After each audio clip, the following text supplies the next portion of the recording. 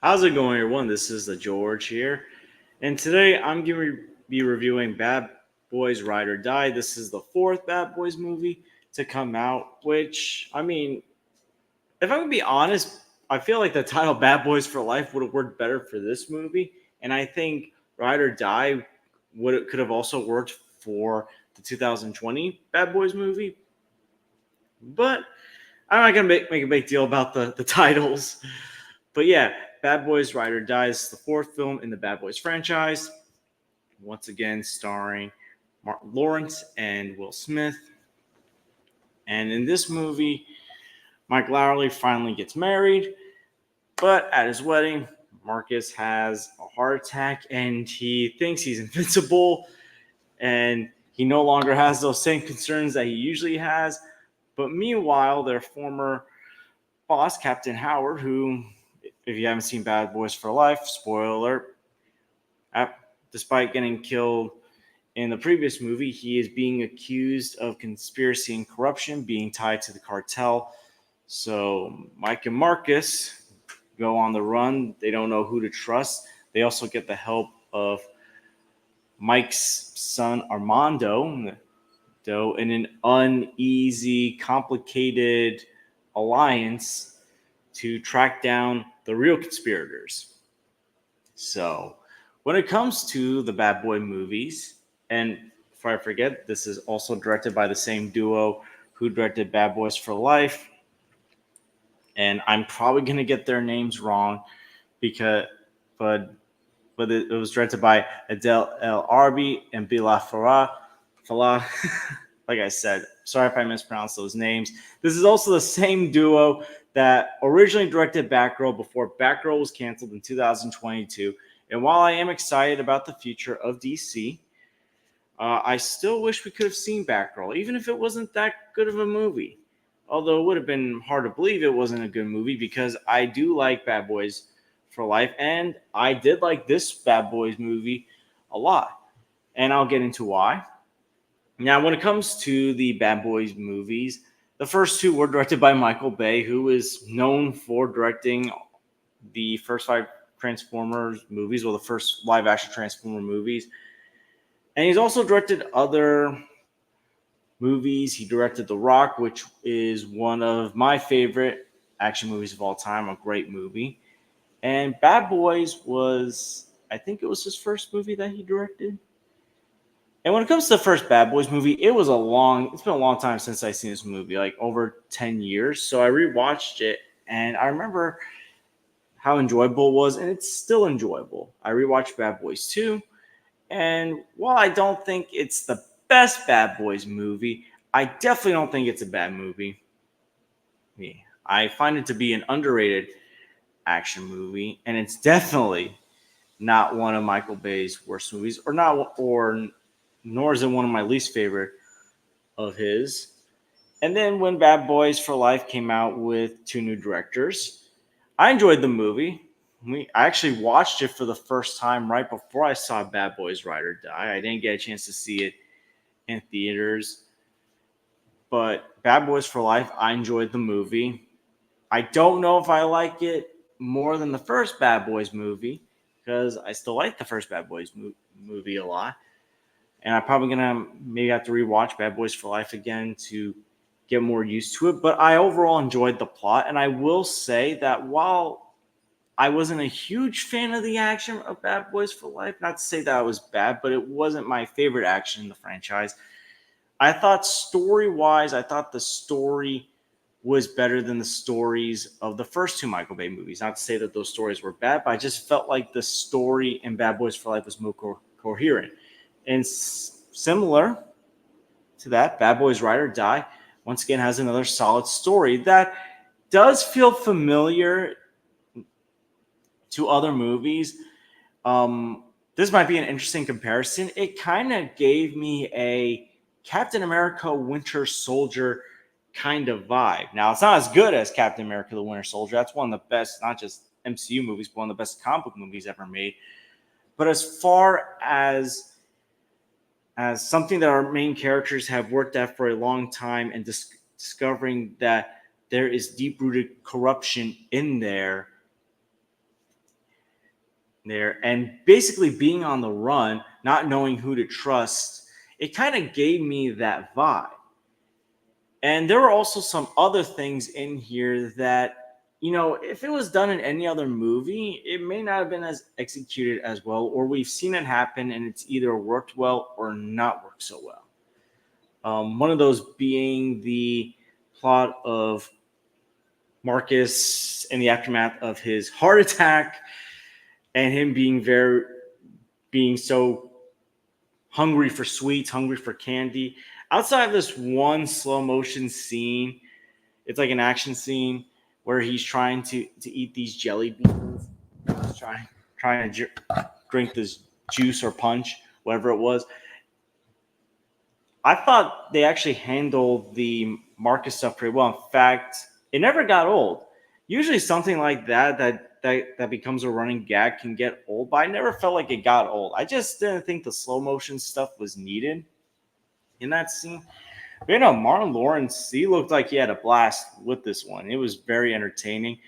And you see an interesting role reversal between Marcus and Mike. Mike in this one, as I said before, he gets married, and he's still dealing with the fact that he had a son with a former criminal. And now that he's starting to have these panic attacks and he's taking things more seriously compared to Marcus being a lot more carefree in this one. So I like that the dynamic has changed. And regardless of how you feel about Will Smith after he slapped Chris Rock at the Oscars a couple years ago, Will Smith is still very good as Mike Lowry in this movie. He's played so many great roles. It's kind of hard to say which one is my favorite of Will Smith's because he is a great actor. But yeah, Mike Lowry, his performance as Mike Lowry in these Bad Boys movies, that's actually one of my favorite performances from him. As I said before as well, I wasn't that crazy of the action of Bad Boys for Life. I didn't think it was bad, but it wasn't memorable. Here, it felt like they stepped up on the action, primarily in the third act. There's some really cool camera work with the action that almost reminds you of a first-person shooter in a way. And even though it's nowhere near as good as the action from John Wick Chapter 4, I almost got a vibe that they wanted to go for that. It was like, you know what, let's try to at least do something like that. So I like that even though it wasn't nowhere near as good as the action from the John Wick movies, they still know that people want to see more from the action.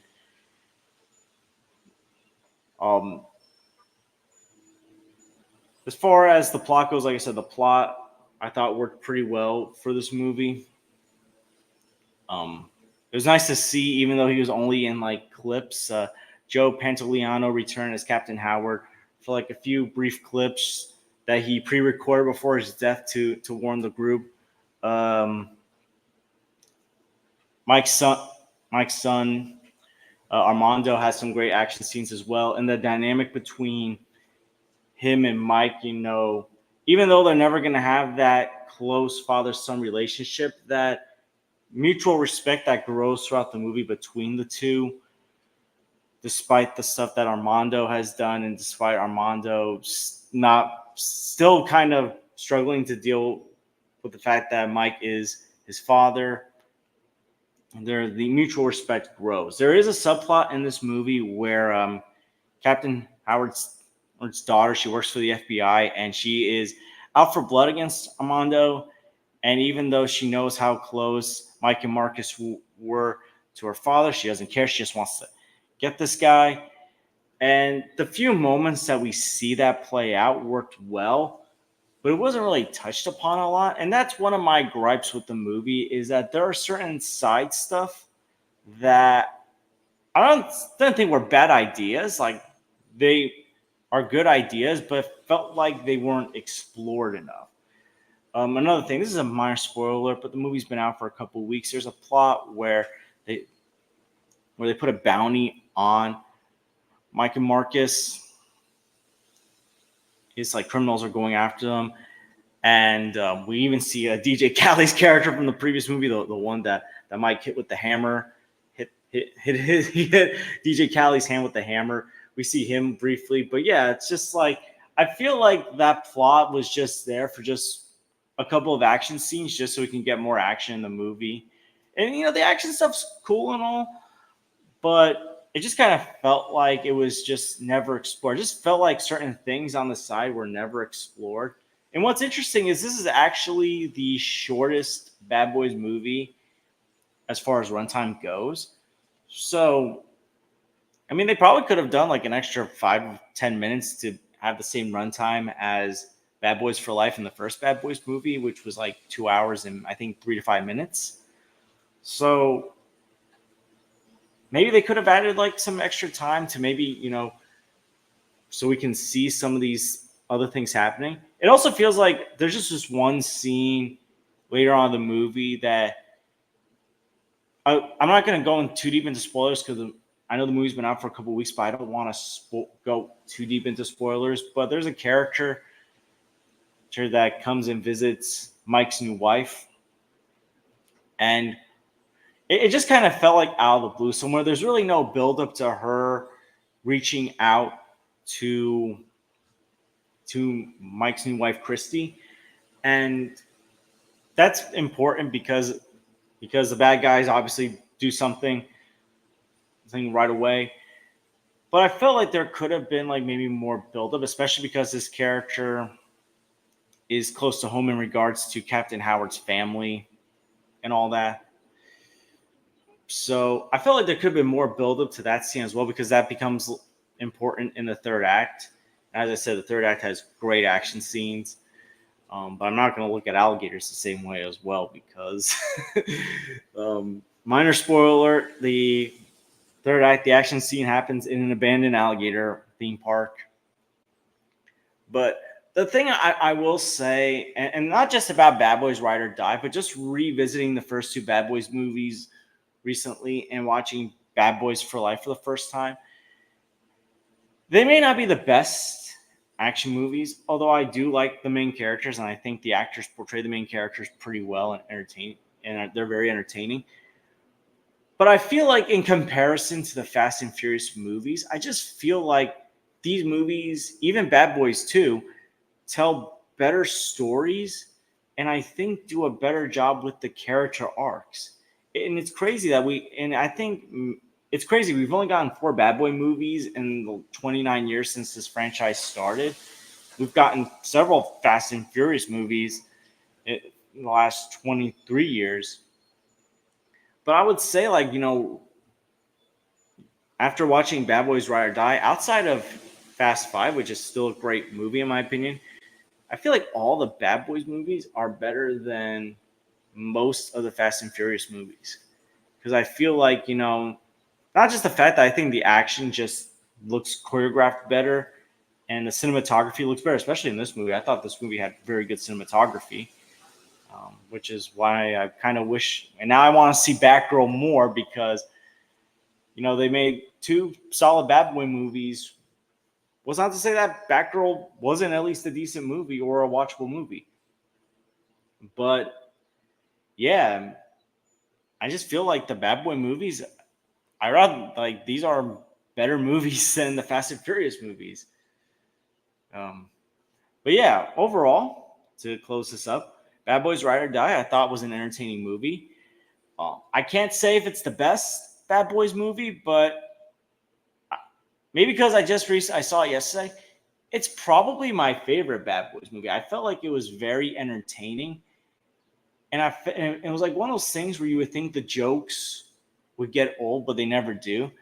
And oh yeah, the character Reggie, the for those you don't remember, Reggie, the boyfriend that was introduced in Bad Boys 2, that Marcus and Mike basically threatened and tried to scare, and despite looking scared, he remained cool in that first meeting, has this incredible action sequence that is a scene stealer and probably one of my favorite moments in the Bad Boys movies. I just wanted to say that before I wrap up my drawing conclusions. But yeah, entertaining movie, great action, some subplots that had potential, but I felt like they just weren't concluded or they just weren't concluded in a smooth way. But yeah, overall with Bad Boys Ride or Die, I'm going to give this one a B plus, and I highly recommend you check it out. It's an entertaining movie. And what are your thoughts on on Bad Boys Ride or Die? Did you love it? Did you hate it? And what's your favorite Bad Boys movie? Let me know in the comments down below. And I want to thank you guys for watching. Please like and subscribe already if you haven't. Please share us with someone that likes the Bad Boys movies. And I hope to see you guys real soon. Take care, everyone.